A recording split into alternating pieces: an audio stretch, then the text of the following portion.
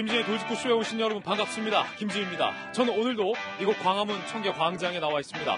오늘도 따뜻한 날씨를 보이고 있고 미세먼지, 초미세먼지 모두 먼지 한 점 없는 맑은 날씨를 기록하고 있습니다. 정말 요즘만 계속 같았으면 참 좋겠다라는 생각이 듭니다. 좋은 공기 실컷 많이 마시시고 5분간, 10분간 마음껏 오늘은 환기하셔도 좋다는 말씀 드리겠습니다. 의붓딸을 잔인하게 살해한 이 정말로 비정한 계부 그리고 범행에 가담한 친모, 그런데 친모를 향한 구속영장이 기각됐습니다.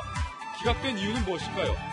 친모는 나도 당할까봐 두려웠다라고 경찰에서 이야기를 했는데 저희들이 이 유족 측에게 입수한 통화 녹취록에 따르면 상황은 정반대였습니다. 잠시 후에 어떤 사실이 진실인지 이야기 나눠보겠습니다.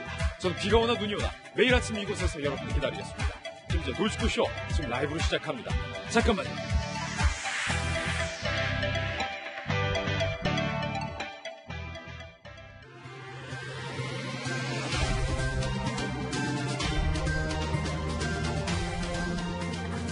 신문 읽어준 남자입니다. 어제 문재인 대통령이 사회 원로 12분을 청와대로 초청을 했습니다. 그런데 그 자리에서 원로들이 언제까지 적폐청산을 계속할 거냐라고 질문을 했는데 이에 대해서 문재인 대통령이 한참을 생각하더니 이렇게 답했습니다. 동아일보입니다. 적폐청산에는 타협이 없다라고 밝힌 겁니다.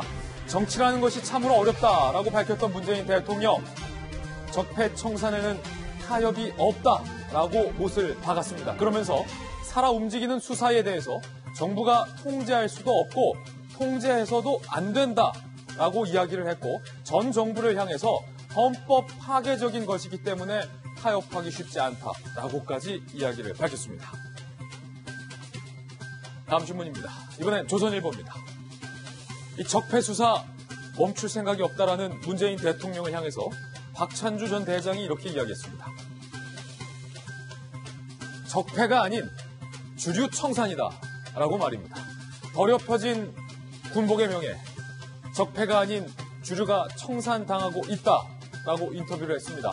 공관병 가혹행위와 뇌물수수 의혹에 대해서 무죄와 무혐의 판결을 받아 어찌 보면 상당히 억울하게 군 생활을 은퇴할 수밖에 없었던 박찬주 전 육군 대장이 문재인 정부에 대해서 강도 높은 비판을 했습니다. 잠시 후에 박찬주 전 대장의 인터뷰 내용 상세하게 다뤄보겠습니다. 다음 신문입니다. 이번엔 중앙일보입니다. 검찰의 총수인 검찰총장이 문재인 대통령이 강조한 패스트트랙 공수처 검경 수사권 조정에 대해서 반기를 들은 데 이어 이번엔 현직 부장판사도 반기를 들었습니다. 공수처 누가 견제하고 누가 통제하냐?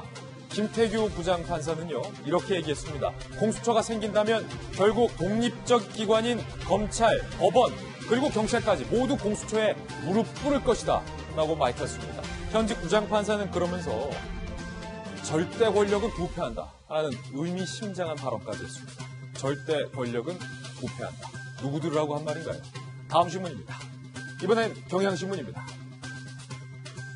한진가의 모녀 나란히 가사도우미 불법 고용으로 수사를 받았는데 조연아 전 부사장이 벌금 1,500만 원이 구형됐습니다.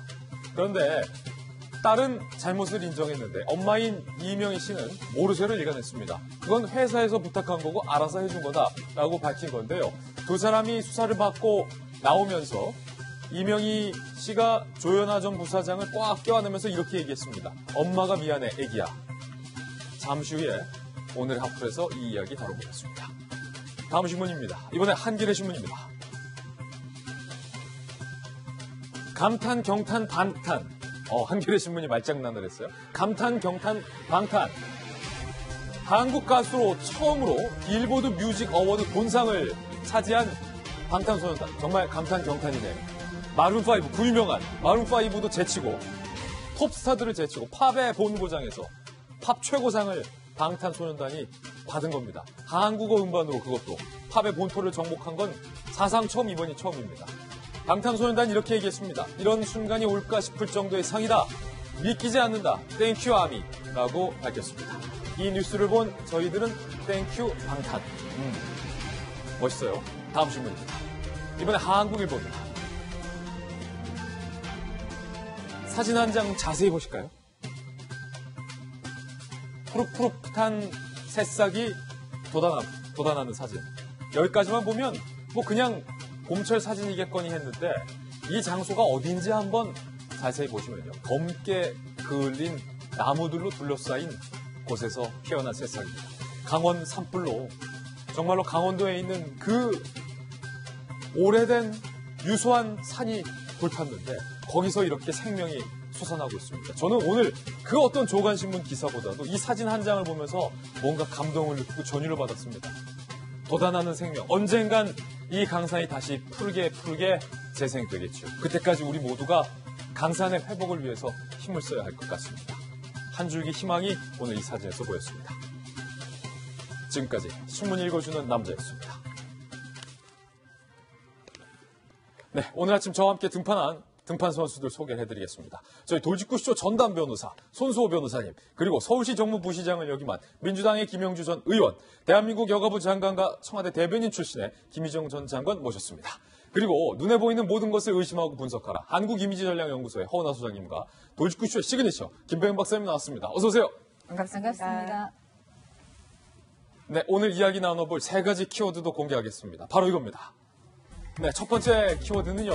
문재인 대통령의 사진과 함께 청산 뒤의 협치, 적폐 청산하겠다. 사회 원로들을 향해서 문재인 대통령이 한 번 더 못을 박았습니다.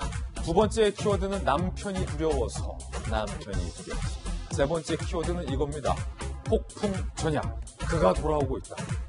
해외 수막 일정도 취소하면서 문무일 총장이 조기 귀국하기로 했습니다. 그 이야기도 살펴보겠습니다. 김제 돌직구쇼는요, 오늘의 탑뉴스로 문을 열겠습니다.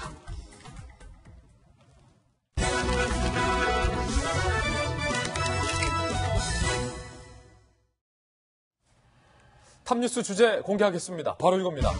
문재인 대통령이 12분의 사회 원로를 청와대에 초청해서 적폐 청산에는 변함이 없다, 직진하겠다, 이렇게 밝힌 겁니다. 문재인 대통령의 이야기부터 직접 확인해 보시죠.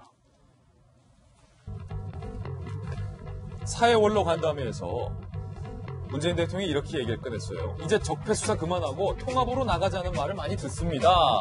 라고 운을 띄워서 대통령이 무슨 말씀을 하시려나 했는데 국정농단, 사법농단이 사실하면 아주 심각하게 반헌법적이기 때문에 타협하기 쉽지 않다. 적폐 수사 계속하겠다. 라고 말을 밝힌 겁니다. 못을 박은 겁니다. 그러면서 수사가 너무 가혹한 건 아니냐, 너무 반통합적인 건 아니냐라는 질문에 대해서 문재인 대통령이 이렇게 못 박았습니다. 살아 움직이는 수사를 정부가 통제할 수 없고 통제해서도 안 된다. 진상규명과 청산 이후에 협치가 가능하다라고 밝혔습니다. 김배영 박사님, 네. 어제 사회 원로 12명을 모신 자리에서 원로들 사이에서 뭔가 이 사회가 분열돼 있고 적폐 수사에 대한 피로감과 어떤 피해 느낌, 피해 인식 이런 것들에 대한 불만들이 좀 나왔던 모양이에요. 문재인 정부 벌써 집권 3년 차고요. 어제 모였던 사회 원로들 중에는 윤여준 전 장관, 송호근 교수라든지 김영란 전 대법관, 우리가 이름만 들어도 알만한 사회적인 원로들이 많이 참여를 했고요. 여기 대해서는 진보 보수 할 것 없이 이제 문재인 정부가 곧 반환점을 도는 시기이기 때문에 그동안 진행돼 왔던 대한민국 국민을 편가르게 하고 분열의 정치에 종식을 좀 시킬 필요가 있지 않겠는가라고 하는 굉장히 원론적인 이야기들이 끄집어냈습니다. 따라서 여기에 대해서 문재인 대통령도 뭔가 대한민국의 통합을 위해서 강조하지 않을까라는 생각이 들었는데요. 예. 대통령의 고민 이후에 남긴 대답은 사뭇 달랐습니다. 여기에 대해서 반헌법적 행위이기 때문에 여기에 대한 청산이 이루어지고 난 뒤에 그 뒤에서 새로운 타협이 있을 수 있다라고 얘기를 하게 되는데요. 저는 대통령 취임하고 나서 조국 민정수석이 처음 취임하던 그때 기자들이 물었던 질문에 대한 답을 아직도 생생히 머릿속에 기억이 나는데요. 당시 조국 수석이 이런 얘기를 합니다. 예. 민정은 수사를 지휘하지 않는다. 어제 대통령의 발언을 보게 되건데 수사는 살아 움직이는 것이기 때문에 대통령과 정부가 나서서 이것을 개입하는 것은 아니라는 취지의 얘기를 하게 됩니다. 하지만 우리가 똑똑히 그동안 봐왔던 것처럼 문재인 정부의 100대 국정 과제 중에 1호는 적폐청산이었고 과거에 박찬주 대장이 공관병 갑질 했을 때는 뿌리를 뽑아야 된다 대통령이 이야기한 바 있었고요.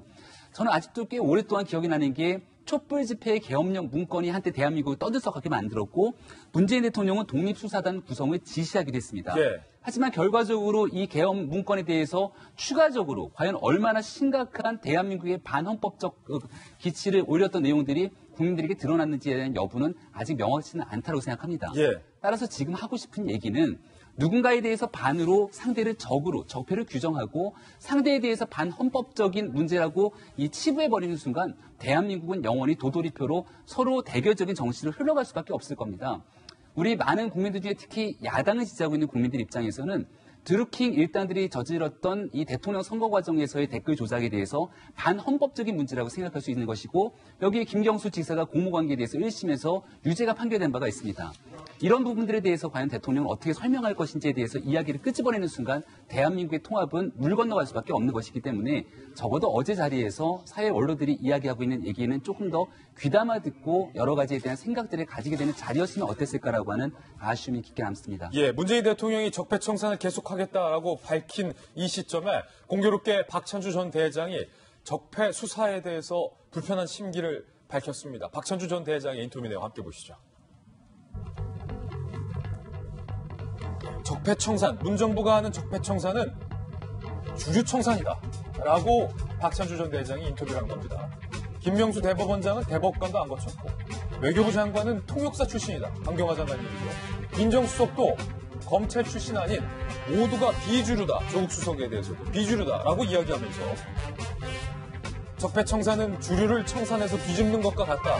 군에서 주류인 육사 죽이게 하면서 나를 표적 삼았다. 라고 이야기를 했습니다. 박찬주 전 대장 같은 경우는 공감병 갑질 그리고 술해 혐의 모두 다 무죄, 무혐의 판결을 받았기 때문에 나를 표적 삼아서 주류를 죽이게 하는 것이다. 라고 이야기를 했습니다. 김희정 장관. 문재인 대통령이 적폐청산을 계속하겠다라고 밝힌 그 시점에 그건 적폐청산이 아니다. 주류청산이다. 어쨌든 당사자가 겪었던 일이기 때문에 그런 절절한 심정을 얘기를 한 것 같습니다. 왜냐하면 이제 국민들이 대통령께 바라는 내용은 뭐냐면 특정 정파의 대통령이 아니라 이제 우리 모두의 대통령이 되기를 바라는 거잖아요. 그래서 사실 며칠 전에 있었던 이제 경제 원로와의 대화라든지 그리고 또 어제 있었던 그런 사회 원로와의 대화에 대단히 환영하는 분위기였습니다. 그러면 여기서 이제 대통령의 답변에서 좀 저는 이 박찬주 대장 얘기하기 전에 좀 귀를 기울였으면 하는 게 뭐냐면 모양새는 참 좋았다. 그러면 거기서 컨텐츠까지 좋았으면 더 좋지 않았을까라는 건데 첫 번째는 사회 원로들이 얘기한 게 뭐냐면 소득주도 성장하고 그다음에 원자력 관련돼서 좀 상황이 안 좋으니까 바꿨으면 좋겠다라고 얘기했는데 이 부분에 대해서는 대통령이 가타부타 대답 자체를 안 하셨어요. 예. 그러니까 이거는 정파적인 게 아니잖아요. 먹고 사는 문제인데 예를 들어서 좋은 의견 주셨으니까 검토해보겠다라든지 이런 게 아니라 그냥 아예 좀 우리 얘기 무시하나라는 느낌을 주게 그렇게 했단 말이에요. 그리고 또 하나는 그 수사하고 협치가 따로 간다라는 느낌을 주는데 무슨 말이냐면 수사는 진행이 되더라도 대통령께서는 협치를 하시면은 좋을 것 같아요. 저는 대표적으로 그걸 잘 보여준 사례가 바로 며칠 전에 우리 롤직구쇼에서도 보였던 그 삼성 이재용 회장 격려 방문 그 장면인 것 같습니다. 왜냐하면 이제 경제 부문에서 국정농단에 연루가 돼서 횡령하고 그다음에 뇌물 혐의로 현재 아직 재판이 진행 중입니다. 그럼에도 불구하고 먹고 사는 문제였기 때문에 수사는 수사대로 진행이 되지만 협치를 하는 그런 경제계와 협치하는 모습을 보여준 게 그 사례라고 생각을 하거든요. 그럼 마찬가지로 정치에 있어서도 이거는 이거대로 가고 이거는 협치하는 모습을 보여줘야 되는데 그러지 못했고 그런 부분 중에 가장 이제 본인이 당했다라고 생각하는 게 사실 국방에서 민감하게 앞장서 있던 박찬주 대장이 이런 절절한 심정을 얘기를 한 것 같습니다. 박찬주 전 대장이 그러면서 이런 이야기도 꺼냈습니다. 더럽혀진 군복의 명예가 가장 괴로웠다는 거예요. 나는 박지만과 동기인 육사 37기이고 사드 배치 총책임자다. 문정부 들어서자 육사 37기는 그대로 아웃이라는 소문이 돌았다. 내가 모욕당하고 만신창이가 됐을 때 청와대 행정관이 부른다고 육군 참모총장이 달려나가지 않았느냐라고 이야기를 하면서 김영주 의원님 특히 이재수 전 사령관이 검찰의 수사를 받다가 목숨을 잃은 것과 관련해서 아무도 그의 장례식에 갈 수조차 없었다라고 굉장히 섭섭함을 토로했어요. 사실은 한편으로 보면 이제 정치가 군을 더럽히고 있다. 그리고 그야말로 주류가 육사이기 때문에 육사 자체를 말하자면 주류를 교체한다라고 하는 적폐청산이 아니라 주류 교체라서 육사이고 또 박지만과 동기인 나를 그렇게 모욕을 주었다 이렇게 얘기를 하고 있는 것 같습니다. 이것은 사실은 말하자면 청와대나 대통령이나 현 정부도 곱씹어 봐야 될 대목이라고 봅니다. 네. 국가의 주축인 군인들의 사기, 군인 속에서의 어떤 기강과 정의를 살리지 못하고 당연히 어떤 적폐청산을 하면 그렇게 해가지고 국방의 문제가 해결될 수 없다는 건 맞는 것 같습니다. 그럼에도 불구하고 제가 생각할 때는 그것이 무죄가 났다고 모든 부분이 다 해결되는 것이 아니고 또 박창주 말하자면 기무사령관 같은 경우에도 실제적으로 보면 어떤 내란 음모죄라든지 그런 부분은 아직까지 해명된 건 아니지만 여러 가지 분위기상에서 군 내부에서 말하자면 군의 독립성을 스스로 해친 부분은 없지 않나 하는 것도 곱씹어 봐야 될 것 같고 또 본인이 문재인 대통령은 선조고 나는 이순신과 같다 이렇게 그건 좀 과한 것 같습니다. 그건 좀 과하다. 예, 그래서 이참에 실제적으로 좀 하루빨리 군이 정상화되도록 그렇게 노력하고 이번 계기로 그야말로 저는 육군, 공군, 해군 현재 국방부 장관이 어느 군 출신이냐가 중요한 게 아니라 진정한 국방개혁을 통해서 미국처럼 1군, 2군, 3군으로 한다든지 그렇게 해서 진짜 육군만 기득권이냐라는 문제도 해결해야 될 과제가 아닌가 그렇게 생각이 듭니다. 예. 박찬주 전 대장의 억울함 충분히 이해하겠고요. 또 재판 과정에서 일부 무죄가 나온 부분도 앞으로 이제 평가를 받아야 됩니다. 그런데 우선 법적인 부분을 보면은요, 첫 번째 아직 확정된 재판이 아니에요. 대법원까지 올라가면 어떻게 될지 모릅니다. 그리고 두 번째 돈을 향응을 안 받은 게 아니에요. 받았어요. 업자에게 수십 차례에 거쳐서 700만 원 이상의 식사비, 항공비, 숙박비 이걸 받았습니다. 다만 이게 직무 관련성이 인정이 안 돼서 뇌물죄가 성립 안 된 거거든요. 따라서 이게 그 행위가 김영란법 시행 당시였다면 당연히 처벌 대상이 되는 겁니다. 그런데 박찬주 대장 입장에서는 다행스럽게도 그 당시에 김영란법이 없었던 거죠. 그리고 또 김영란법 시행 후에 또 한 행위도 있습니다.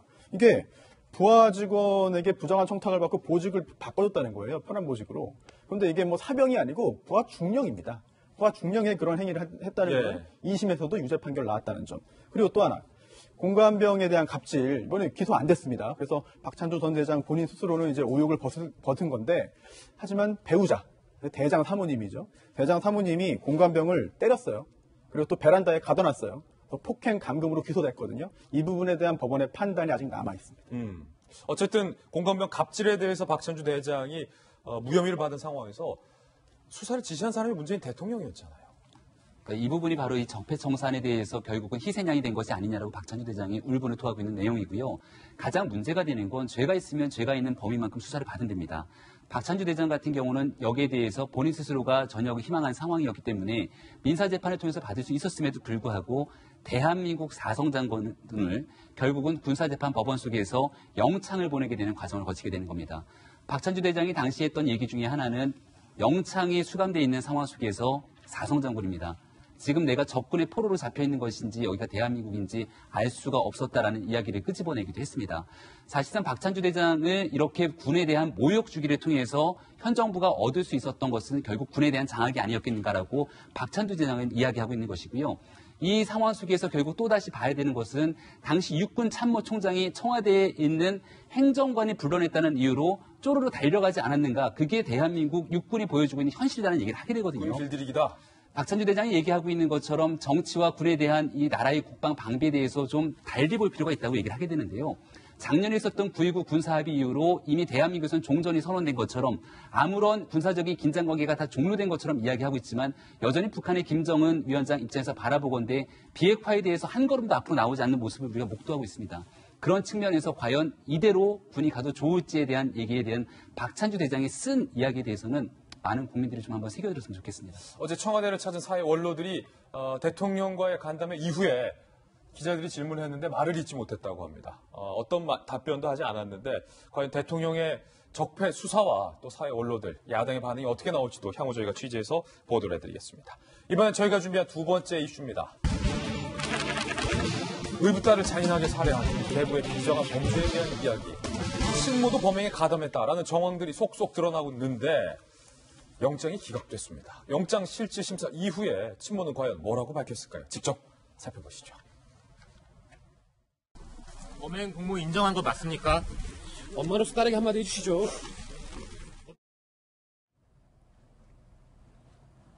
본인도 그 현장에 있었다라고 시인을 했는데 재판부는 왜 영장을 기각했을까요? 재판부의 설명입니다. 범행 가담 소명이 부족하다. 그러니까 수사가 좀 부실하다. 살인 방조죄도 다툼의 여지가 있다. 구속 사유와 상당성을 인정하기 어렵고 시체 유기 방조죄도 마찬가지다라고 하면서 재판부는 영장을 기각을 했는데 손수 변호사님, 네. 지금 본인이 그 현장에 없었다라고 처음엔 거짓말을 했다가 CCTV까지 공개되면서 운전석과 조수석의 그 남편과 자리를 바꿔 하면서까지 그 차 안에서 자신의 친딸이 살해되는 그 현장에 친모가 있었다는 것도 시인을 했는데 어떤 것이 영장을 기각하게 한 건가요? 우선 구속영장이 발부되기 위해서는 첫 번째로 죄를 범했다는 사실이 소명돼야 됩니다. 죄를 범했음을 이제 상당한 증거를 통해 상당한 이유가 있음에 밝혀야 되는데요. 일단 그 단계부터 이번에 재판부는 인정하지 않았어요. 첫 번째, 막연히 그냥 잘못했다, 나쁜 사람이다 이렇게 하면 안 되거든요. 예. 구체적으로 어떤 죄를 범했는지를 적시를 해서 영장을 청구했는데요. 그렇죠. 첫 번째가 이제 살인의 공동정범입니다. 그러니까 함께 역할을 분담해서 살인을 했다는 거죠. 하지만 여기에 대해서 증거가 부족하다라고 본 거예요. 이번 재판부는. 예, 딸을 전화로 부른 것도 친모였는데도 불구하고. 그렇습니다. 또 두 번째, 그렇다면 함께 역할 분담해서 하지 않았더라도 남편의 살해 행위를 그럼 방조한 거 아니냐. 예. 근데 이것도 인정이 안 됐습니다. 일단 소명 단계도 안 됐다고 본 거예요. 그런데 이 방조라는 게 방치와는 다르거든요. 못 본 척하고 가만히 있는 것이 언제나 방조가 되는 건 아니에요. 예. 뭐 정서적, 정신적 또는 물리적으로 도움을 줘야 되는데 그것도 증거가 없다고 본 겁니다. 또 마지막으로 사체 유기에 대한 방조인데요. 남편이 이제 살해 후에 사체를 유기하는 것을 뭐 도와줬다. 이건데 이 부분도 사실 법원은 인정을 안 했어요. 따라서 일단 범죄 사실에 소명 단계가 이루어지지 않았기 때문에 예. 뭐 도주 염려, 증거 인멸의 염려까지는 뭐 판단할 필요가 없었고요. 다만 아마도 이게 문건으로는 남지는 않았을 것 같은데 짐작되는데 어허. 이 아내 친모의 구체적인 현재 상황을 좀 고려하지 않았나 싶은 생각도 듭니다. 13개월 아들. 그렇습니다. 왜냐하면 이번 범죄와 전혀 관련이 없는 그런 13개월 된 아들이 있거든요.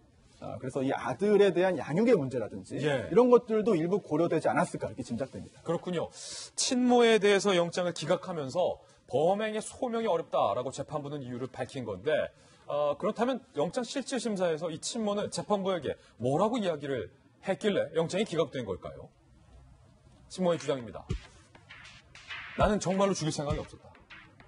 나도 당할까봐 무서워서 남편의 범행을 말릴 수 없었다. 딸에게 미안하다. 친모가 영장 실질 심사에서 이렇게 해명을 한 겁니다. 나도 무서워서 어쩔 수가 없었다.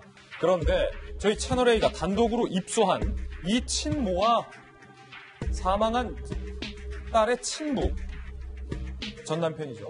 통화 내용이 있습니다. 저희들이 단독 입수했는데 그 내용을 살펴보면 과연 친모의 방금 진술이 진정성이 있는 사실인가에 대해서 고개를 갸웃하게 됩니다.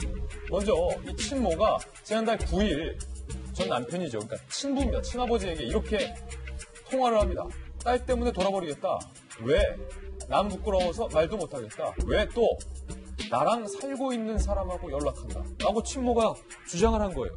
그러니까 계부가 자신의 친딸을 성추행, 성폭행을 하는, 학대를 하는 그 상황에서 계부 탓을 하지 않고 딸 탓을 하고 있는 겁니다. 이 친모가. 그러면서요. 친모는 자신의 친딸을 향해서 미친 거 아니냐라고 하자 이 말을 듣고 정말로 충격을 받은 친구 입장에서는 너 신랑하고 연락한다는 거야? 라고 되묻습니다. 그러자 친모가 죄책감도 없고 기가 차게 스스럼 없이 얘기하네 라고 딸을 원망하는 듯한 대화를 나눈 것을 실제 녹취 파일을 저희가 유족으로부터 입수를 했습니다. 허나 소장님, 네. 이 녹취 파일을 보면 친모는 이미 본인의 친딸을 향해서 미쳤고 죄책감도 없고 부끄럽고 원망을 하는 듯한 그런 말이 나오는데 아까 영장 실질 심사 때는 나도 당할까 봐 두려웠다. 딸에게 미안하다. 어떤 모습이 진심인 겁니까? 지금 저 통화가 진심이지 않을까라고 우선은 생각이 들고요. 저 어머니께 얘기하고 싶어요. 정말 미친 거 아닌 건지. 저 어머니가 미친 게 아닌지 저희가 정말 여쭤보고 싶습니다. 예. 어떻게 자기 딸을 저희가 지진이 나거나 아니면 사고가 났을 때 저희 돌아가신 분들 볼 때 어머님이 아이를 안고 돌아가시는 모습들 저희 진짜 많이 봤잖아요. 그래서 자기 아이를 살리려고 하는 것이 친모의 마음인데 어떻게 내가 어떤 해를 입을까 싶어서 그때 말리지 못했다. 지금 와서 미안하다라는 말을 할 수 있을지. 그리고 조금 전에 봤던 영상에 보면 아이에게 직접 전화해서 아이를 만나서 지금 그 살인이 벌어지는 그 차에 예. 내 딸을 등을 치면서 들어가게 하는 모습을 보는데 예. 정말 차마 눈 뜨고 볼 수가 없는 장면인 것 같아요. 진짜 정말 부모일까라는 생각이 좀 많이 들고 용서할 수 없는 부분인 것 같다라는 생각이 많이 듭니다. 그래서 소장님도 사실은 그 딸 가진 엄마로서 정말로 이거는 납득할 수 없는 일이다. 납득이 될 수가 없고요. 근데 제가 이제 조사를 해보니까 2018년도 11월 조사인데 우리 아동을 학대하는 가해자의 4명 중 3명이 부모라고 합니다. 예. 근데 부모인데 그 부모 중에 친부모가 한 55.8%가 되고요. 재혼 가정이 5.9%라고 해요. 근데 이 현상들을 보면서 우리가 혹시라도 그 재혼한 가정의 계모, 계부에 대해서만 너무 부정적으로 생각하지는 않을까라는 생각도 좀 들고요. 모든 내가 배를 아파서 낳은 아이든 아니면 내가 키우고 있는 아이든 이 약자인 우리 아이에 대해서는 어느 누구도 그렇게 패거나 누군가를 죽이거나 이렇게 피해를 줄 수는 없다라는 것을 모든 아이를 가진 모든 부모는 그렇게 생각할 수 있을 것 같다. 특히 딸 가진 아이, 특히 중1과 중2의 나이입니다. 가장 민감한 아이고요. 그래서 뭐 북한에서 못 넘어오는 게 중2 때문이다라고 할 정도로 아이들이 그 정도로 민감한데 그런 아이에게 이렇게 1차, 2차, 3차 피해를 주고 있는 사람이 부모라는 것을 아마 이 땅의 모든 부모가 이해하지 못할 거라고 생각합니다. 영장실질심사 때는 딸에게 미안하다라고 밝혔던 친모. 하지만 영장실질심사가 되기 전까지, 그러니까 붙잡히기 전까지 이 친모는 계속해서 딸을 원망해왔습니다. 심지어 이 계부가 딸에게 살해 전 성적 학대를 계속했음에도 불구하고 이 친모는 딸을 원망했습니다. 계부가 어떻게 했길래? 지난해 1월 이 계부인 김 씨가 사망한 A양에게 카카오톡 메시지를 보내죠. 자신의 신체가 노출된 사진, 자기 신체의 사진도 보내고 음란물도 보내고 너도 빨리 같은 사진을 찍어 보내라 라고 요구를 했다는 거예요. A양이 답장이 없자 욕설 등 재차 사진을 보내라 라고 요구를 합니다. 그리고 올해 3월에는요.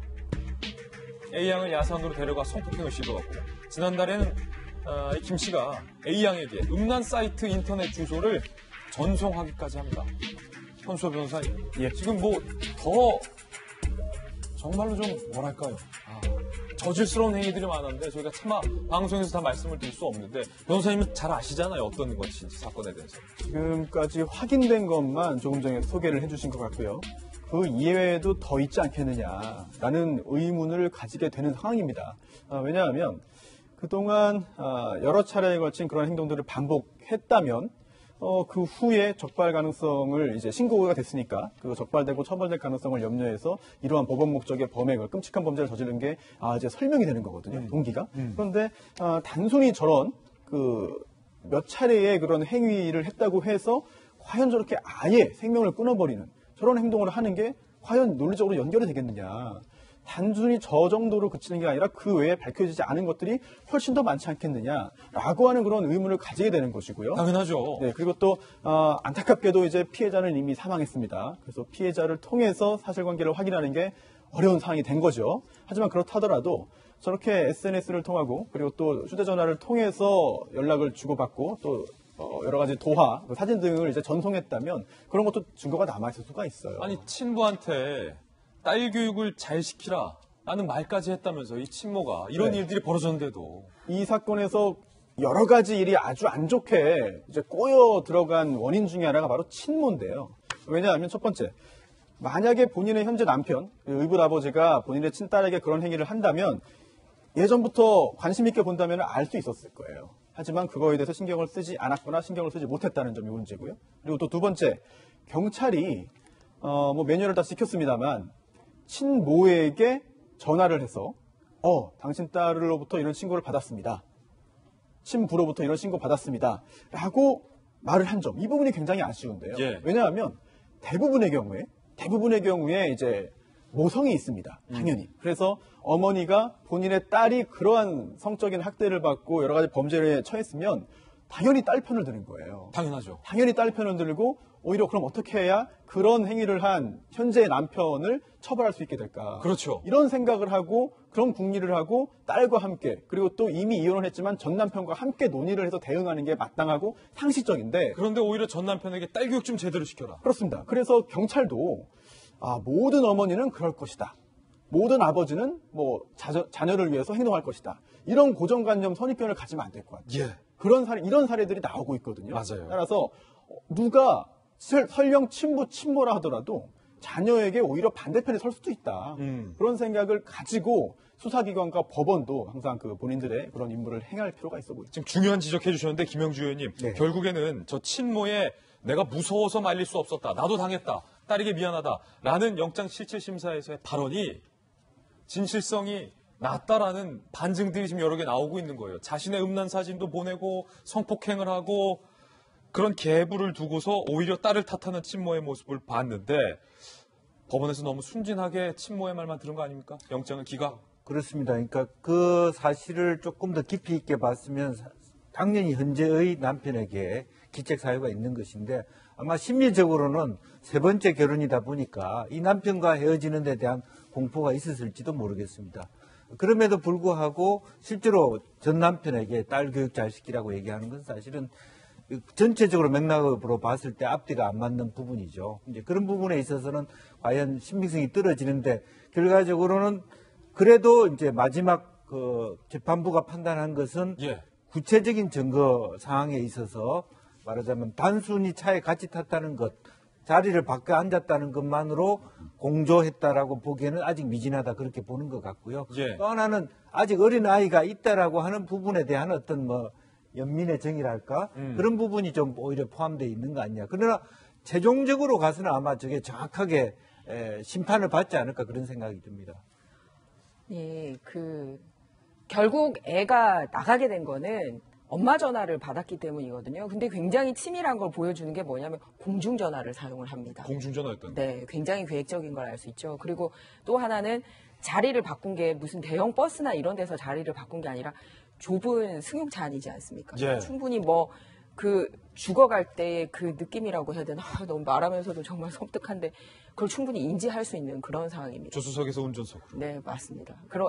그런 부분이라든지 또 하나는 사실은 도피 준비했다라는 것도 또 나오고 있어요. 뭐냐면은 의불딸 살해하기 전에 2주간 전국 일주를 합니다. 예. 그러니까 이게 뭐냐면은 두 가지가 다 있어요. 하나는 도피로를 탐문한 것 같기도 하고요. 그러니까 이미 딸이 저렇게 신고를 했기 때문에 우리가 한번 잠적할까라고 한 것 같고, 근데 그게 안 됐기 때문에 그 여행 과정에서 계획을 한 거 아닙니까? 어허. 그런 거거든요. 그러니까 2주간 이렇게 전국 일주를 하면서 네. 뭔가 도피로를 탐색하는 듯 하다가 이 여행 중에 딸을 살해했다는 거예요. 그렇습니다. 그런데다가 그 다닌 길도 이렇게 시내로 다닌 게 아니라 어쨌든 인적이 드문 이렇게 동해안을 따라서 올라갔다가 이제 서해안을 따라서 내려오면서 그러니까 도피의 방식과 또는 계획범죄의 방식 양쪽을 다 생각을 해뒀다라는 거죠. 그러면서 이제 범행 도구까지 구입을 하게 됩니다. 예. 이런 과정에 있어서 그 살해를 직접 한 그 계부하고 이 친모가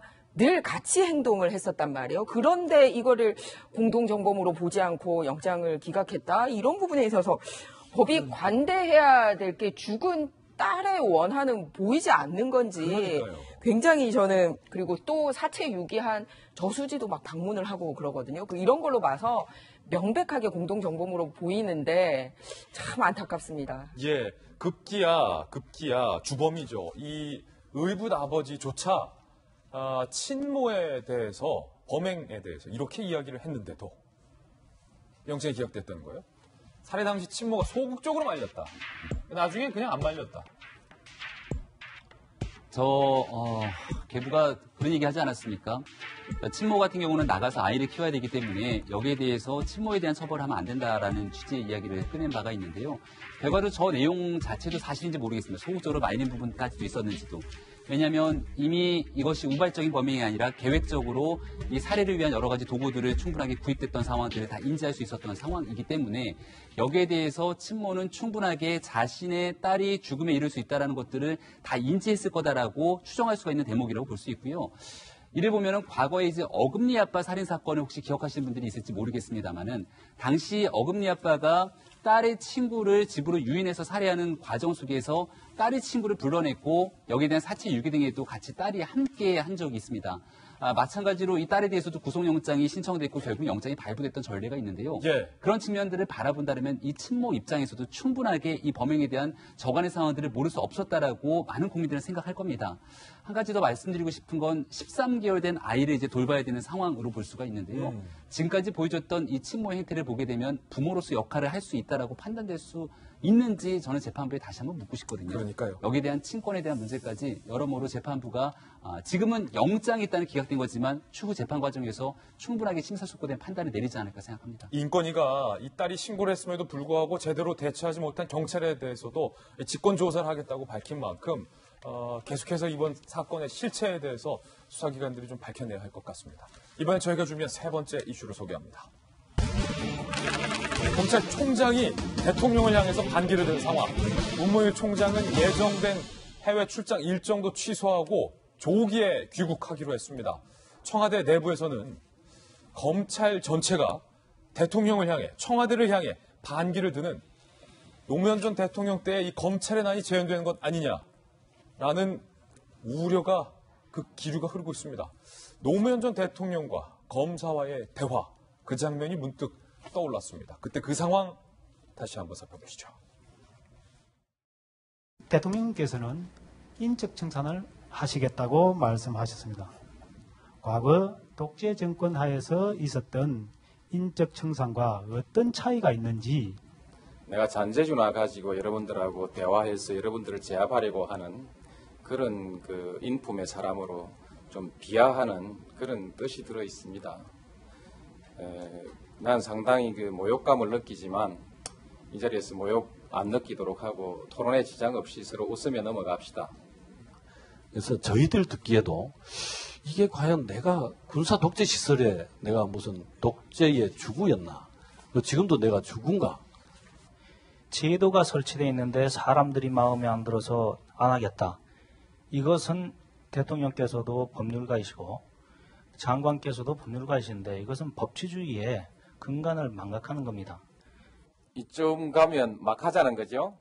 그 이유로 대통령을 못 믿는다면 나도 그 같은 이유로 검찰을 못 믿겠다 얘기해서 잘못된 거 아니지 않습니까? 나는 같은 이유로 바로 지금의 검찰의 상층부에 대해서 불신을 가지고 있다고 한다면 이게 크게 잘못된 일일까요? 저 때 2003년이었는데 사실 김영주 의원이 또 노무현 전 대통령을 지근거리에서 또 같이 전국을 또 보유했던 또 경험이 있었기 때문에 저 때 저 기억 나시죠? 네, 이제 강금실 장관과 함께 그야말로 대통령께서 선의를 좀 대화로 풀자 했는데 여기서 지금 드러나는 것도 제도냐 사람이냐의 부분으로 대립을 하고 있는 것 같습니다. 조금 그때 당시에 조금 더 여러 가지 말하자면 검사와의 대화가 좀 슬기롭게 또 지혜로운 어떤 뭐 쟁점은 쟁점이라 하더라도 마무리됐으면 훨씬 더 지금의 이런 상황이 벌어지지 않았을 수 있다는 생각이고 당시의 민정수석이 말하자면 문재인 대통령이셨어요. 그래서 그 사실을 누구보다도 뼈저리게 인식하고 있는 사람이 현 대통령이라고 보고 이제 그런 차원에서 어제 있었던 말하자면 원로와의 대화에 적폐청산의 문제가 지속돼야 된다라고 하는 부분에 대한 어떤 인지가 각인되고 있지 않았느냐 하는 생각도 갖게 됩니다. 지금 현재 그러나 많은 사람들이 그때 과정의 어떤 대화로 끝나는 것이 아니라 개선해야 될 건 개선하고 지금 검찰총장이 이제 급히 기구를 하고 있습니다만은 이제야말로 저는 제가 생각할 때는 민주주의의 근간에 대하여 우리 사회가 공론화할 때가 되었다. 저는 그렇게 생각합니다. 그래서 예. 패스트트랙이 됐다 하더라도 검찰이 지적하는 어떤 허점에 대해서는 정치권이 보완을 하고 또 여러 가지 말하자면 정치권이 갖고 있는 왜곡된 시각에 대해서도 교정하는 그런 계기가 됐으면 좋겠다는 생각입니다. 예, 문무일 총장이 공수처와 또 검경수사권 조정이 담겨있는 패스트트랙에 대해서 민주주의에 위반이 된다라고까지 밝힌 만큼 청와대에서 이 검찰 조직 전체의 반기에 대해서 상당히 주목하면서 지켜보고 있는 건데 오늘 현직 부장판사도 이 패스트트랙과 공수처 청와대에 대해서 공개적으로 비판을 하고 나섰습니다. 김태규 부장판사의 이야기입니다. 공수처는 누가 견제하고 통제를 하느냐, 정치적인 입김 그대로 영향을 미친다. 법관, 검사, 고위경찰은 공수처에 무릎을 꿇게 된다. 그러면서 굉장히 의미심장한 말을 했어요. 절대 권력은 절대 부패한다. 검찰총장이 이어서 현직 부장판사까지 청와대를 향해 절대 권력은 부패할 수밖에 없다. 문무일 총장이 그 부당함을 지적한 거다. 법조의 어른으로서 보인 용기에 감사를 한다라고 현재 거들고 있습니다. 김정 장관님, 네. 검찰총장이 이어서 부장판사까지. 네. 이제 보시는 분에 따라서 이렇게 개별 한 명의 소위 국가 공직에 계신 분들이 이렇게 자신의 견해를 막 밝히는 거에 대해서 옳으나 그르나에 대한 얘기는 나올 수 있을 것 같습니다. 다만 공식적으로 그 의견을 수렴하는 자리가 없다 보니 이런 일이 생기지 않나라는 생각이 듭니다. 지금 국회에서 일어나는 패스트트랙에서 선거법 관련돼서라든지 역시 공수처 관련돼서는 지난번에도 말씀드렸듯이 속도가 중요한 게 아니라 해당 당사자들 간에 얼마만큼 이제 합의를 이끌어내서 서로 수긍하고 그 법을 당장 집행해야 되는 사람들이 마음으로 그거를 받아들이느냐의 문제인 것 같은데 지금 당장 그거를 해야 되는 일선에 계신 분들이 굉장히 우리 의견이 반영되지 않았다라고 이제 검찰 쪽에서도 얘기가 나오고 법원 쪽에서도 얘기가 나온다면 이게 과연 탄력을 받을 수 있을까. 그래서 이런 거를 보고 단순하게 검찰 개혁에 대한 반대다라고만 비판하는 것보다는 검찰 개혁이라는 큰 틀에는 찬성을 하지만 개혁의 방식에 대해서는 다양한 의견이 있구나.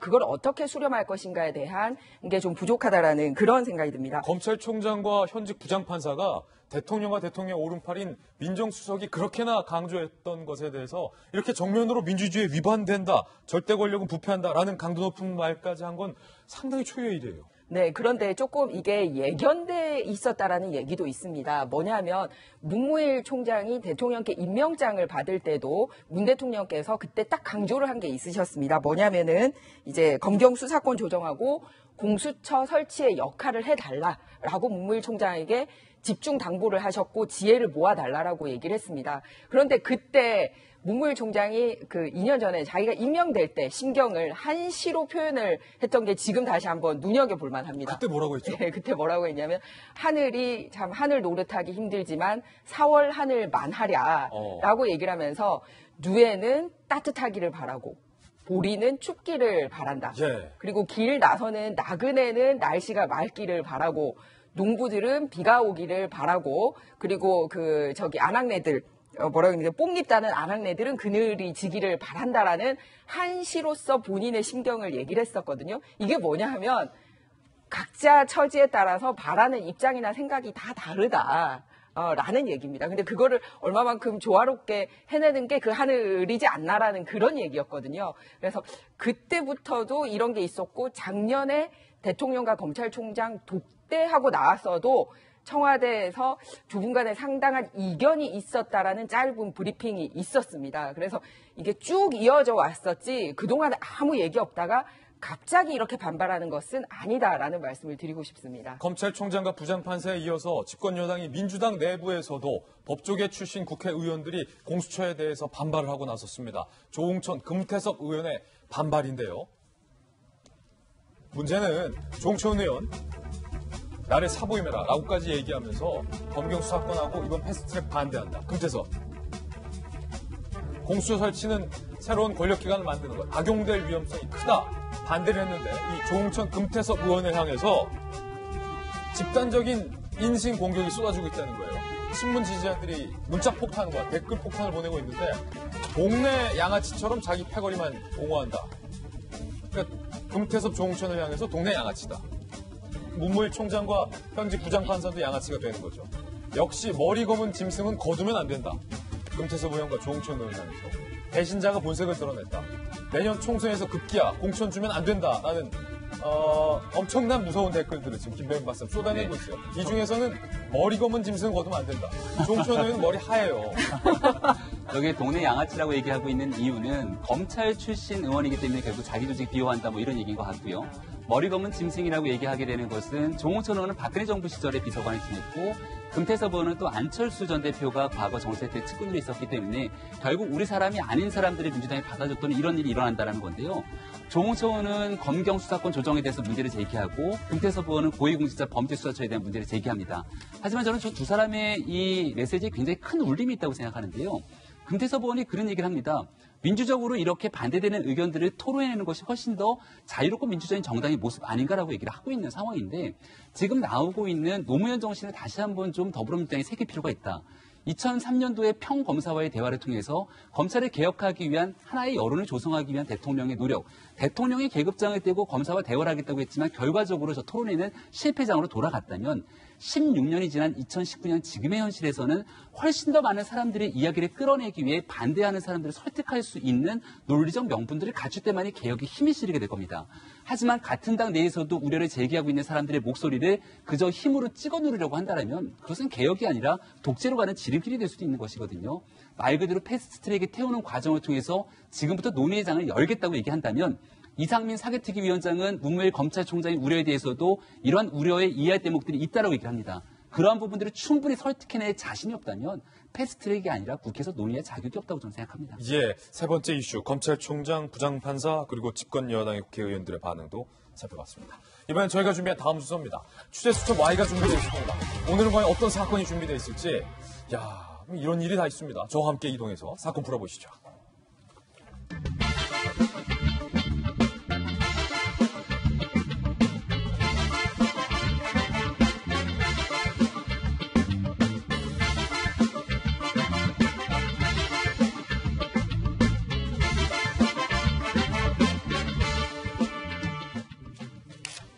취재수첩 Y입니다. 돌직구쇼 공식 수사반장 백희종 반장님 오늘도 나왔습니다. 어서 오세요. 안녕하십니까. 손수호 변호사님도 함께하겠습니다. 두 분과 함께 풀어볼 첫 번째 취재수첩 사건입니다. 내가 영화 감독인데 영화 출연시켜줄게 라고 죽업체 대표에게 사기를 쳤습니다.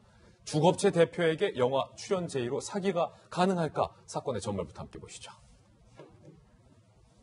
영화 출연시켜줄게. 죽업체 대표 사기친 영화 감독님. 유명 죽 전문 프랜차이즈 업체의 임모 대표이사가 피해자예요. 그런데 이분은요, 유명 죽 업체 대표이기도 하지만 배우로서도 좀 활동하신 경력이 있어요. 다수의 영화 및 드라마에 그렇게 큰 비중은 아니지만 그래도 출연을 했던. 그러니까 이분이 약간 어떤 영화인으로서의 꿈 같은 게 좀 있었던 분 같아요. 마치 제가 예전에 뮤지컬을 잠깐 했었던 것처럼. 어쨌든. 그래서요. 2015년 3월 영화감독 박모 씨가 이 임 대표에게 임 대표 내가 말이야 유명 배우들 출연하는 내가 지금 구상하고 있는 영화 달빛 소나타 멋있어요. 달빛 소나타 달빛 소나타에 임 대표를 내가 캐스팅할게. 그리고 임 대표 하고 있는 그 죽업체도 내가 간접 광고에 줄게 라는 상당히 달콤한 제안을 합니다. 그런데 문제는 그런데 말이야 임 대표 내가 시나리오 작가한테 각색을 시키려면 돈이 필요해. 2천만 원만 줘 라고 2천만 원을 받아갑니다. 그해 8월이에요. 박 씨가 임 대표에게 이렇게 얘기합니다. 임 대표 너가 말이야 연기는 잘하는데 너가 무명이라 이 달빛 소나타 배급사랑 투자자들이 이 제작 지원을 거부하고 있어. 어떡하지? 대신에 내가 좀 작품성 있는 저예산 독립영화를 구성하고 있거든. 달빛 가리기라고. 그 달빛 가리기에 임 대표를 내가 캐스팅할게 라고 제의를 합니다. 그러면서 요 말을 붙여요. 이 달빛 가리기 영화제 내면은 이거 무조건 상 받는다. 그러면서요. 그해 12월까지 야 촬영 비용 좀 빌려줘. 영화제 출품 뒤에 국내 개봉 결정되면 내가 갚을게 라고 하면서 7회에 걸쳐서 3,084만 원을 추가적으로 받습니다. 이 박 씨는 알고 봤더니 5천만 원 중 시나리오 작가료로 지급한 게 지금 300만 원밖에 안 됐다는 거예요. 그리고 결정적으로 그 달빛 소나타는 아예 촬영조차 안 했다. 그리고 달빛 가리기는 2개월 정도 촬영했지만 최종 편집본은 완성도 안 됐다는 겁니다. 알고 보니 이 박 감독님이요, 배우들한테 NG값까지 받아냈다는 거예요. 2016년, 2017년 영화 촬영 때 출연 배우에게 NG! NG 연기가 왜 그래? NG값 내. 2천만 원을 받는 등 배우들에게 상습적으로 돈을 받아왔던 것도 수사 과정에서 드러났습니다. 백규정 팀장님. 네. 그러니까 이게 달빛 소나타 대신에 달빛 가리기를 제안할 때부터 의심을 해봤어야 되는데 총 5천만 원을 넘게 뜯어낸 거죠? 제가 언젠가 돌직구쇼 수초바에 방송할 때 달빛 소나타, 우리 형사들 은어 중에 하나가 뭐냐면요. 네. 달빛 소나타가 야간에 이슬 맞으면서 도둑질하는 사람들을 은어로 달빛 소나타라고 했어요. 아, 그래요? 예, 다른 매체 방송에도 나온 적이 있는데 예. 달빛 소나타라는 그 영화 타이틀로 사실은 유인을 한 거겠죠.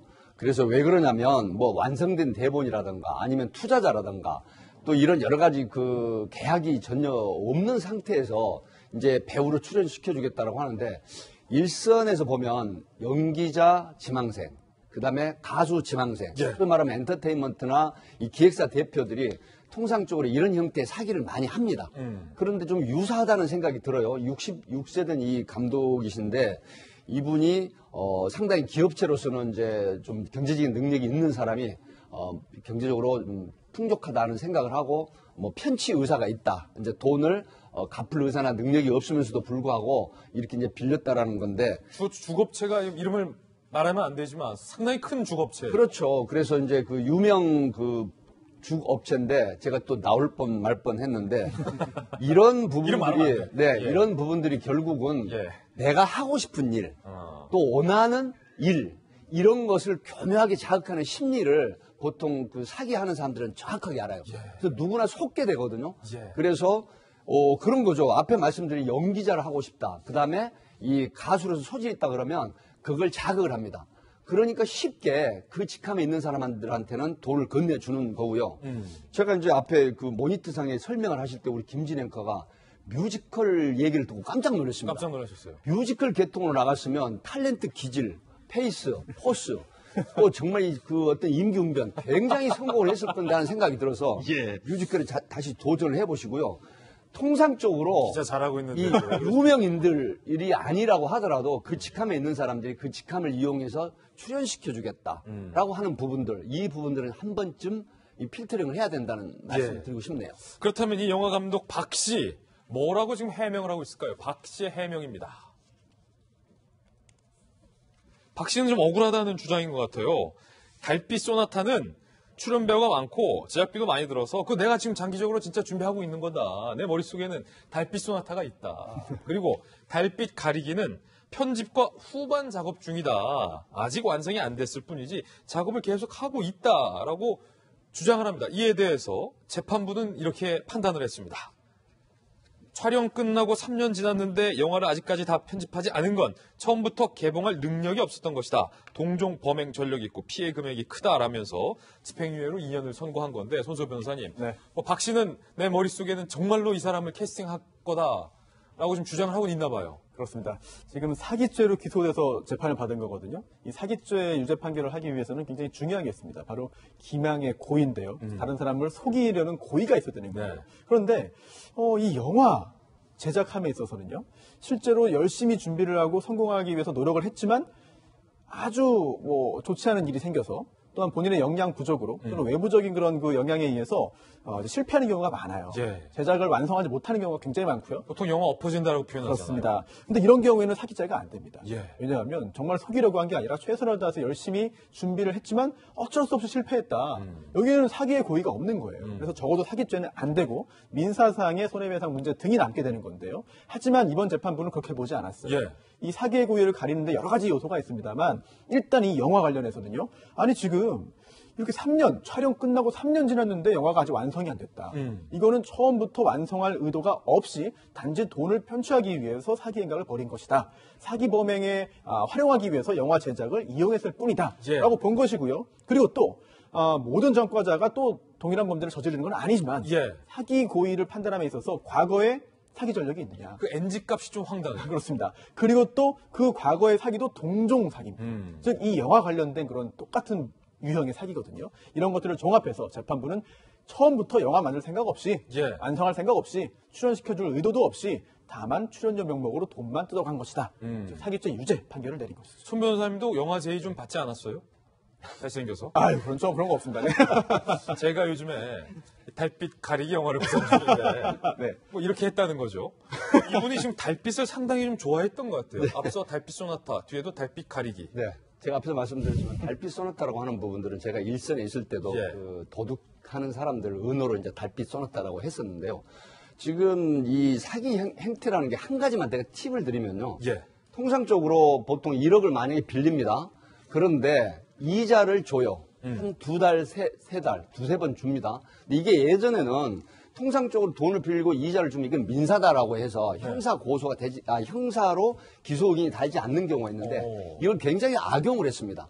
그래서 지금은 몇 번의 이자를 주더라도 이게 수법 사기죄가 되기 때문에 예. 그 사람이 어떤 갚을 의사나 능력이 없는 경우에는 설령 이자를 몇 번 줬다고 하더라도 충분히 유죄 취지로 나중에 그 선고가 되거든요. 이런 측면에 오해가 없으시도록 하는 바람에 한 말씀 드렸습니다. 예, 맞습니다. 하여튼 이런 사기에는 현혹되지 않는 게 최선의 방책일 것 같습니다. 자, 이번엔 두 번째 사건입니다. 선무당이 사람 잡는다는 말이 딱 이번 사건에 들어맞는 사건 같습니다. 어리석은 모정이었습니다. 사건의 전말 함께 보시죠. 선무당이 사람 잡아 어리석은 모정이에요. 2017년 12월 52세의 엄마 A씨 23살의 딸의 장성한 딸의 건강이 좋지 않자 이 말입니다. 병원을 갔어야 되는데 이 무속인과 상의를 55세의 이 무속인 여성 무속인과 상의를 했는데 이 무속인이 또 이 엄마에게 한 사찰의 승려 58살의 한 스님을 또 소개를 해줍니다. 같은 해 12월 31일 이 엄마가 23살의 딸을 무속인에게 소개받은 승려가 있는 사찰로 데려가서 승려와 함께 이게 뭐 민간요법이라고 하는데 요상한 치료를 시작합니다. 처음 나을 가량은 딸의 가슴을 때리고 등을 때리고 손바닥으로 막 때리고 또 승려가 막 부항을 시술을 합니다. 그러다가 차도가 없자 딸이 귀신에 씌었다 라고 주장을 하면서 귀신 쫓는 데는 이게 투표다 라고 하면서 소다를 가루 형태의 소다를 23살의 딸에게 먹입니다. 그런데 이 소다 때문에 고통을 호소하던 딸이 사찰에 간 지 열흘 만에 사망하는 안타까운 결과가 이르릅니다. 부검 결과 사인은 소다 과다 섭취 때문이었습니다. 탄산수소 나트륨 중독으로 딸의 목숨을 잃을 수밖에 없었던 안타까운 사건인데 이 사건에도 법적 쟁점이 있습니다. 소다 먹여 숨진 딸 이거 과실이냐 아니면 학대냐의 쟁점이 제기된 겁니다. 먼저 경찰은 소다를 이용한 치료 행위는 이거 과실로 보인다. 과실치사 혐의를 적용했습니다. 하지만 검찰의 의견은 전혀 다릅니다. 딸이 고통을 호소하는데도 소다를 강제로 떠먹인 행위는 이거 과실이 아니라 학대다. 학대치사를 적용해서 현재 기소한 상황입니다. 법적인 이야기는 잠시 후에 얘기 들어보고 일단 백 팀장님 전 이해가 안 되는 게 정말로 어긋난 어리석은 모정인데 딸이 아픈데 왜 무속인을 찾아갑니까? 그렇습니다. 이제 23세 된 따님이 아마 평소에 시름시름 이렇게 그 활기를 잃은 상태에서 운동도 잘 못하고 밖에 외출도 잘 못하고 시름시름 그 앓는 이런 형태였다라고 합니다. 그런데 이 따님이 그런 상황이면 사실은 병원에 데려가서 진찰을 받고 치료를 하고 이런 과정을 밟아야 되는데 이제 민간요법이라든가 이런 걸 좀 깊이 생각하는 분들은 종교라든가 어떤 무속에 의해서 치료가 된다라고 믿는 경향이 있거든요. 우리가 통상적으로 예전에 보도를 보면은 일부 종교시설에서 귀신을 쫓는다 그래가지고 사실은 뭐 그런 어떤 테마 형태의 그 치료를 하는데 결국 사망하는 사고가 있죠. 이번 같은 경우에도 3일 정도, 그러니까 작년 12월 30일 날 사찰에 데려가서 3일 정도 부항을 뜨거나 아니면 손바닥으로 등이나 가슴을 때리는 형태의 그런 시술을 했는데 이게 이제 무속인하고 승려, 그러니까 스님이 같이 했단 말이죠.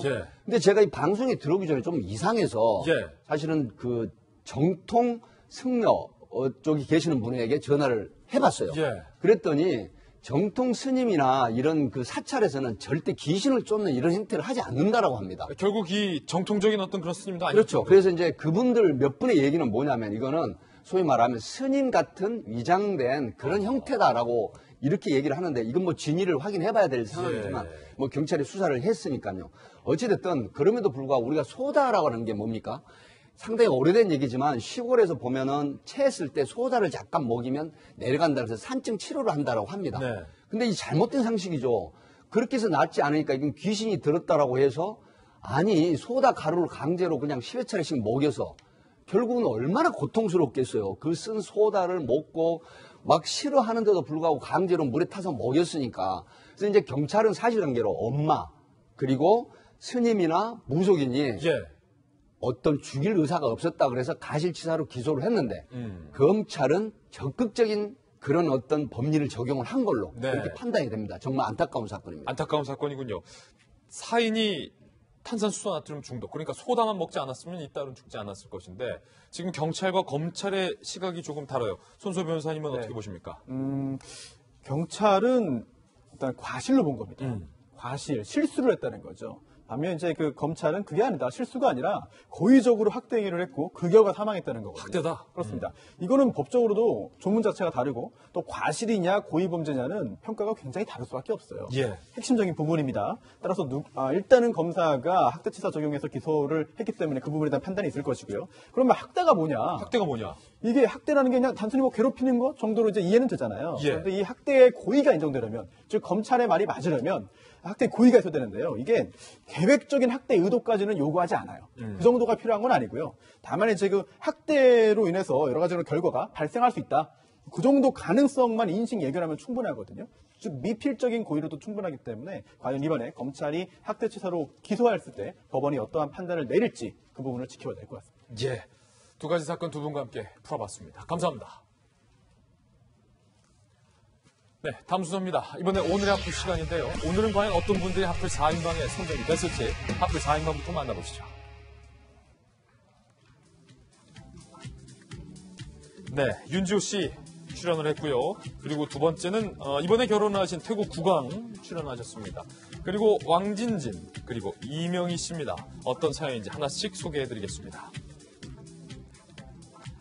장자연의 억울한 죽음을 이용하고 있다며 윤지호를 명예훼손 혐의로 고발한 김수민 작가와 캐나다로 떠난 윤지호 간의 공방이 가열되고 있습니다. 김수민 작가가 윤지호 모녀의 호캉스, 그러니까 바캉스 플러스 호텔이죠. 호캉스 비용을 왜 세금으로 처리하냐며 경찰이 윤지호에게 900만 원 숙박비를 지원한 걸 두고 윤지호만 특별 대우 받도록 지시한 건 누구냐라면서 비난을 하고 나선 건데 이에 대해 윤지호는 모욕죄 등으로 정신적 피해 보상 고소에 들어가겠다. 선처는 없으니 책임지라고 응수에 나섰습니다. 또한 비영리단체에 모인 후원금 사용 의혹에 대해서는 1원도 쓰지 않았다며 억울한 입장을 내비쳤고 자신에게 악성 댓글을 단 악플러들도 고소하겠다라고 밝혔습니다. 한편 장자연 사건을 재조사 중인 진상조사단 내부에서 윤지호의 일부 진술을 믿기 어렵다라는 주장도 나오고 있어서 윤지호 증언에 대한 신빙성과 이를 둘러싼 진실 공방은 더욱 격화될 것으로 보입니다. 지금 김수민 작가가 윤지호에 대해서 특히 이 호텔에 묵는 어떤 비용 지원에 대해서 문제를 삼았는데요. 두 사람 간의 어떤 설전 함께 보시죠.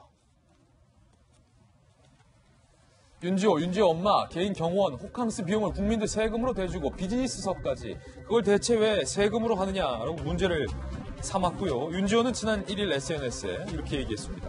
이거 해명해라 저거 해명해라 살아 숨쉬는 것도 증명해라 할 것 같다. 돈밖에 모르는 것은 저들이다. 변호사님, 두 사람의 어떤 설정 어떻게 보세요?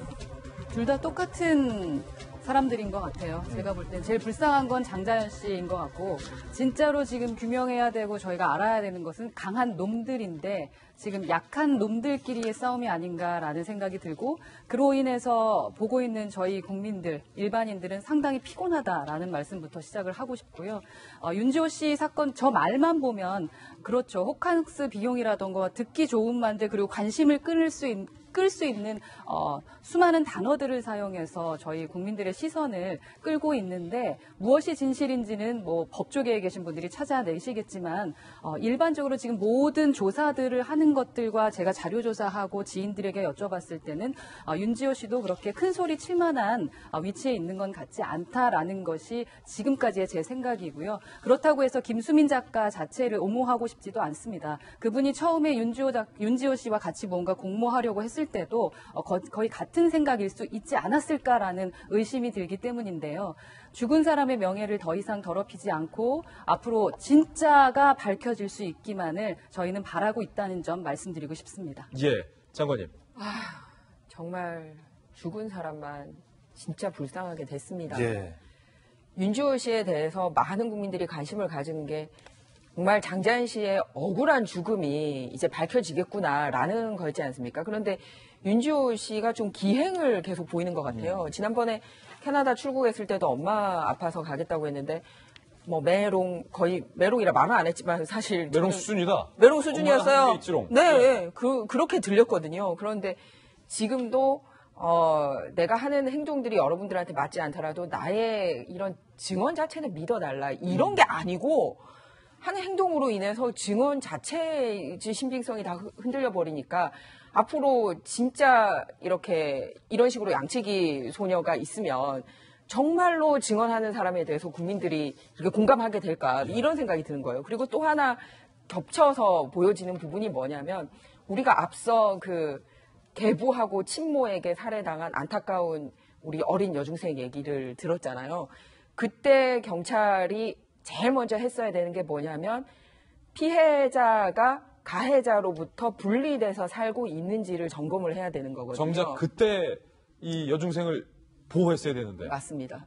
그래서 특히 가족 안에서의 이렇게 성폭력 사건이 있을 경우에는 그대로 돌려보내면 안 되겠다. 그리고 이 사실을 가족에게 알리면 안 되겠다라고 해서 피해자 보호하는 해바라기 센터나 이런 데로 바로 연계를 했어야 되는데 그런 피해자는 알려지지 않은 사람이라고 해서 힘없고 아직까지 자기 의사를 제대로 밝히지 못하는 정말 어린 여중생이라고 내버려두고. 해서 왜 2번이나 찾아갔는데도 내버려두고 언론이 주목하고 막 이렇게 하는데 여당 의원이 비호하고. 네. 그런데 피해자도 아니고 목격자에 대해서는 막 정말 이렇게 호캉스라 불릴 정도의 이렇게 물샐 틈 없는 이런 경우를 해주고 너무 대비가 되는 거예요. 맞아요. 참 안타깝습니다.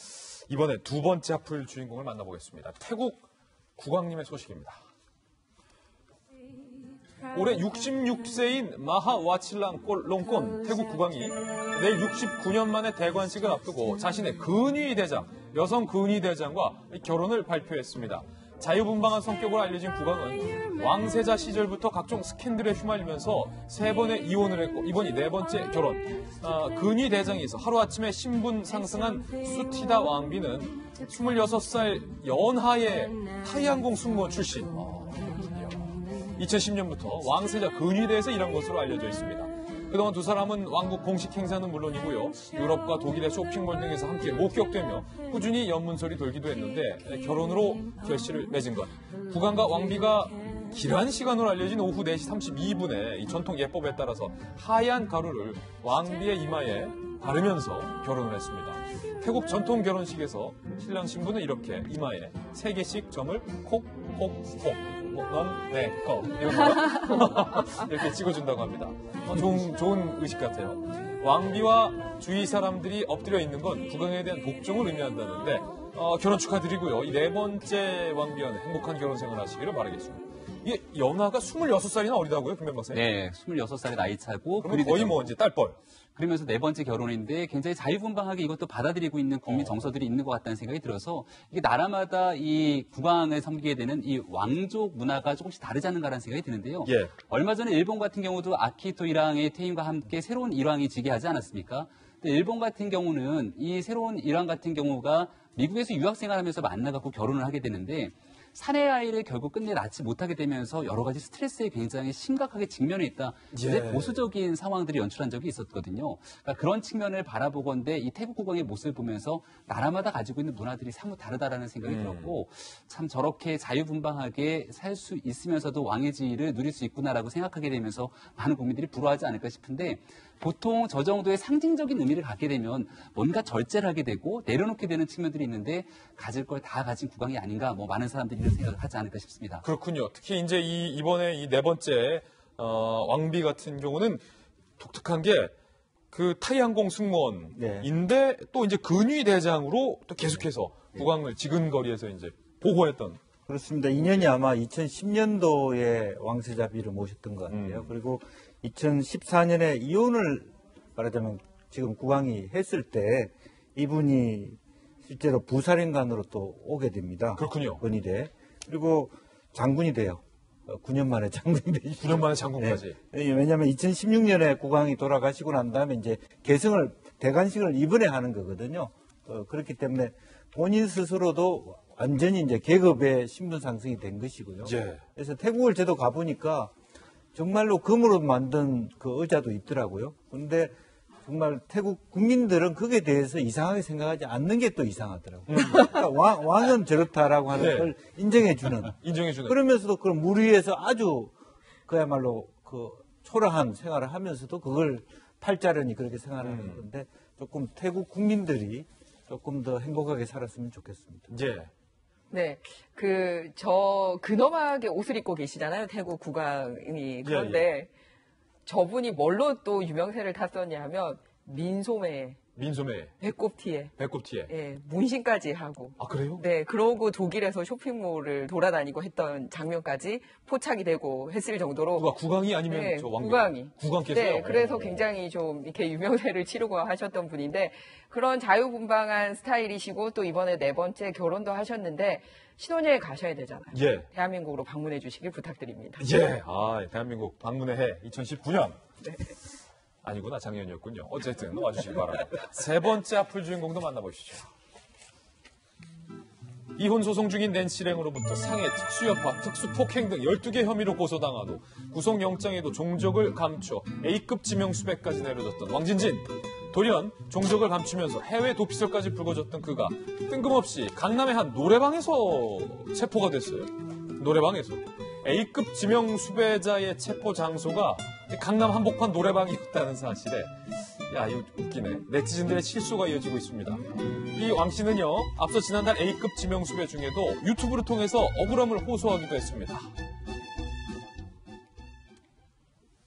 영장실질심사라는 건 내가 고의적으로 수사기관에서 요청하는 상황이 불응한 것처럼 됐지만 불출석 이유에 대한 부분을 변호사님을 통해 가지고 제출을 하겠다고 했고 이전에 제가 사용했던 전화기기를 압수를 당해 가지고 검찰에 다 제출이 됐고 그 휴대폰 안에 검찰에서 필요로 한다고 생각되는 그런 자료와 증거들이 거기에 다 있어요. 그렇기 때문에 내가 가서 더 이상 할 것이 없다. 그 강남 잠원동의 한 노래방이에요. 잠원동, 나도 가본 것 같은데 여기. 장기숙식을 하면서 지내던 왕 씨는 체포 당시 반항하지 않고 순순히 따랐던 것으로 전해졌는데 검찰은 구속영장을 청구할 방침이라고 밝혔습니다. 사실 이 사건은 제일 대한민국에서 잘하는 분이 저희 돌직구쇼 멤버예요. 손소 변호사님이 낸시 랭의 변호를 지금 6개월째 맡아서 하고 있기 때문에 이 사건 잘 아실 것 같은데 맞죠, 변호사님? 네, 웬만하면 제가 어떤 사건 하고 있다는 거를 잘 밝히지는 않는데. 제가 얘기해버렸네요. 근데 이미 언론에 보도가 돼서 이제는 말씀을 드려도 될 것 같습니다. 조금 전에 그 인터뷰 영상 자체가 좀 굉장히 사실을 굉장히 좀 지능적으로 호도하고 있어요. 그래요? 왜냐하면 저희 의뢰인과의 법적 분쟁만 있는 게 아니라 그 전에 이미 도자기 관련 사기, 횡령 등과 관련해서 재판을 받는 중이었어요. 그 재판에서는 못 나갑니다. 선고 날이 잡혔는데 저 밀어주세요 하고 불출석 유서를 제출한 거고요. 그 얘기를 한 거고 저희와의 갈등과 저희와의 문제는 여러 가지가 있습니다만 그중에 그 범죄를 저희가 당했기 때문에 고소를 했어요. 그래서 그 고소해서 이제 조사를 받아야 되는데 그 조사에 나오지 않은 겁니다. 그래서 검찰에서 구속영장을 청구해서 영장 실질심사가 열려야 되는데 거기 안 온 거예요. 그러다 보니까 이제 그 후에 지금 체포영장 발부받아서 이번에 체포영장이 집행이 되는 건데요. 그리고 또 하나는 영상, 조금 전에 보신 영상도 도피 중에 촬영해서 그에 올린 것이고요. 예. 그리고 또 언론에 대한 비판, 사법부에 대한 비판까지 전방위적으로 했죠. 여기에 더해서 가정폭력으로 인해서 이제 보호 명령을 받은 상태였어요. 그래서 배우자 낸시랭 씨에게 연락하면 안 되고 뭐 찾아와도 안 되고 그런 것들이 다 이 법원 판단이 있는데 그거를 위반해서 계속 도피 중에도 계속 연락을 한 겁니다. 그것 자체가 반복적으로 보호명 위반한 것 자체가 또 다른 범죄거든요. 그렇군요. 그에 대한 조치도 오늘 이제 취할 예정입니다. 네, A급 지명수배인데 어떻게 강남의 노래방에서 체포가 되는지도 참 의문스럽습니다. 네 번째 하플 사연도 만나보시죠. 어제 이명희 전 이루재단 이사장과 딸 조현아 전 대한항공 부사장이 나란히 법정에 섰습니다. 필리핀 여성을 대한항공 연수생으로 가장해 가사 도우미로 불법 고용한 혐의. 그 첫 재판이 열린 겁니다. 그런데 같은 혐의에 대해서 엄마는 부인했고 딸은 인정했습니다. 굳은 얼굴로 법정에 들어선 이명희 전 이사장은 대한항공 비서실에서 알아서 한 것이며 불법인지 몰랐다라고 부인한 반면 큰딸 조현아 전 부사장은 어머니는 전혀 잘못이 없고 내가 한 일이라며 모든 혐의를 순순히 인정하면서 어머니에 대한 선처를 호소. 검찰은 조현아 전 부사장에게 벌금 1,500만 원을 구형했습니다. 딸의 재판을 끝까지 지켜본 이명희 전 이사장은 법정을 나오면서 조현아 부사장을 끌어안고 머리를 쓰다듬으며 엄마가 잘못해서 미안해 우리 아가 라고 말한 것으로 전해졌습니다. 이 40대 장성한 큰딸에게 우리 아가 이명희 전 이사장의 고성능 갑질 의혹 영상을 접했던 많은 대중들에게는 참 낯선 모습. 자신의 딸 앞에선 한없이 약해지는 부드러운 엄마의 모습으로 봐야 할까요? 아니면 자신의 딸만 귀한 줄 아는 이중적인 모습으로 봐야 할까요? 사람을 보는 눈이 좀 다르신 것 같아요. 제가 볼 땐 시각 자체가 좀 다르다. 그리고 지금 이명희 사장이라고 해야겠죠. 이 사장 같은 경우는 아마도 몰랐다라는 게 사실일 수 있을 겁니다. 지금까지는 자기가 뭐 작은 것까지 챙겨가면서 무언가를 해왔던 사람이 아니에요. 그냥 이거 해와, 누구 뽑아와. 해왔었기 때문에 뭐 어떤 불법이다 뭐다 이런 거에 대한 것까지 생각하지 못했던 것도 사실일 것 같고 그리고 그렇게 바라보는 눈 그러니까 내 심부름을 해주는 사람과 내 진짜 가족 내가 정말 아껴줘야 되는 나와 같은 급의 사람의 바라보는 눈과 그다음에 내 심부름을 하는 그냥 도우미들을 바라보는 시각이 완전히 구분된 이중적인 분이 아닌가라는 이중적인 사람이 아닌가라는 생각이 듭니다. 또한 저기서 나올 때 그 모습들을 볼 때도요. 지금 본인은 죄를 졌다는 생각을 지금 하고 있지 않습니다. 그리고 나와서도 좀 비켜주시겠냐. 라는 말을 아주 단호하게 하죠. 기존에 처음에 법정에 서기 위해서 갈 때는 고개도 숙이고 뭔가 좀 노력하려고 하는 제스처가 있었는데 지금은 상당히 당당해졌습니다. 무언가 스스로는 악이 이 위에까지 차 있는 모습이다. 지금 나 많이 참고 있다라는 것을 비언어로 보여주고 그렇군요. 있는 것 같습니다. 아마도 이 대한항공 일가가 좀 많은 변화가 있는 것 같은데 조양호 회장의 별세 이후로 가족들이 똘똘 뭉치는 모습들을 가져가지 않을까라는 생각이 들었거든요. 그러네요. 우리 아가라는 표현을 쓰면서 꼭 앉지 않습니까? 조양호 회장 별세 이후로 대한항공이 가장 큰 어려움에 처해져 있는 건 바로 이 경영권에 대한 위협입니다. 근데 이 경영권을 제대로 상속받고 승계하는 과정을 거치기 위해서는 3남매가 똘똘 뭉치지 않고서는 불가능한 상황이거든요. 여기에 엄마라고 볼 수 있는 이명희 전 이사장 같은 경우도 이러한 3남매와 함께 대한항공이 좀 지켜야겠다라고 하는 의지가 강하게 표현되지 않았을까라는 생각이 들고 그런 측면들이 아마 이 가족들을 더 이렇게 뭉치게 만드는 것 같은데 많은 국민들이 바라보건대 조현아 전 부사장 그리고 조현민 전 전무의 여러 차례 갑질 때문에 오너리스크에 대한 얘기를 한 적이 있었고요. 남건 유일하게 이제 조원태 사장 등이 남아있는 상황인데 과연 이 국적기로 볼 수 있는 대한항공을 정말 정상적으로 잘 이끌어갈 수 있을지에 대해서 여러 국민들이 좀 의구심을 가는 시선을 보내기도 합니다. 이런 측면들을 극복하기 위해서 훨씬 더 도덕적으로 성숙한 모습을 보일 필요가 있기 때문에 앞으로 재판 과정에서도 성실한 모습들을 잘 보여줬으면 좋겠다는 생각이 듭니다. 우리 아가가 귀하려면 남의 아가도 귀한 줄 알아야 합니다. 그렇죠. 저희는 60초 광고 후에 오늘의 힐링 뉴스로 돌아오겠습니다. 잠시 후 저와 함께 실행하시죠. 오늘 힐링 뉴스의 주인공은요. 정말로 절체절명의 순간에서 우리 소중한 대한민국 20대 청년의 목숨을 구해낸 시민입니다. 강원도 춘천시 소양교에서 이렇게 20대 청년이 극단적인 선택을 하려는 이 순간 지나가던 한 남성이 조심스럽게 다가가서 뒤에서 꽉 껴안고 등을 도닥여줍니다. 경찰이 이를 말리기 위해서 도착하니까 이 20대 청년이 경찰을 보고 당황해서 막 뛰어내려가니까 이 남성이 꽉 잡습니다. 뛰어내리지 못하게.